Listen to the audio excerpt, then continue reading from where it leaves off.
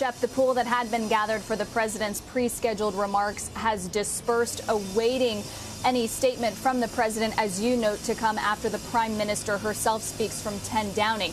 Here at the White House, we're waiting to see those flags get moved to half-staff, as they so often do when there is a passing of this significance. Just down Pennsylvania Avenue, House Speaker Nancy Pelosi has ordered flags there to be flown at half-mast, and they are already being done so there.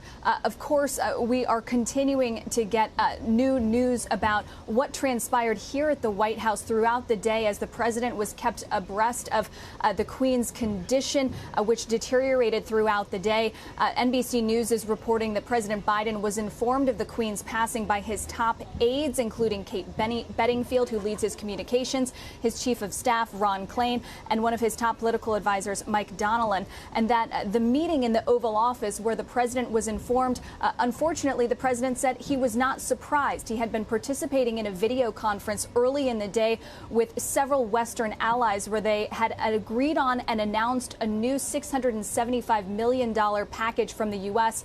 in security assistance to Ukraine. And NBC's Mike Memoli reports that, according to his sources, that President Biden said that the Prime Minister, Liz Truss, abruptly left that video conference, which was why the president was not surprised to learn of the Queen's passing. Now, earlier today, I asked the press secretary, Karine Jean-Pierre, what would happen to the special relationship between the U.S. and the U.K. as the monarchy transitions. She said at that time, before the Queen's passing had been announced, she did not want to engage in hypotheticals, but she said the relationship will remain strong. Here's the press secretary.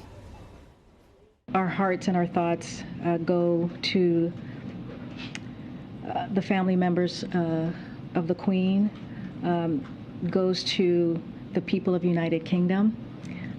I don't want to get ahead of what the president is going to say. I want him to, from you all, to hear from him first, and so I don't want to get ahead of that.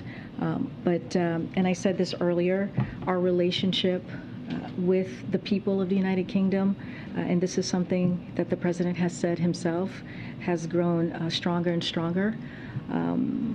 It is one of the United Kingdom is one of our closest allies. And again, our hearts go to the people of the United Kingdom, to the Queen, and to her family.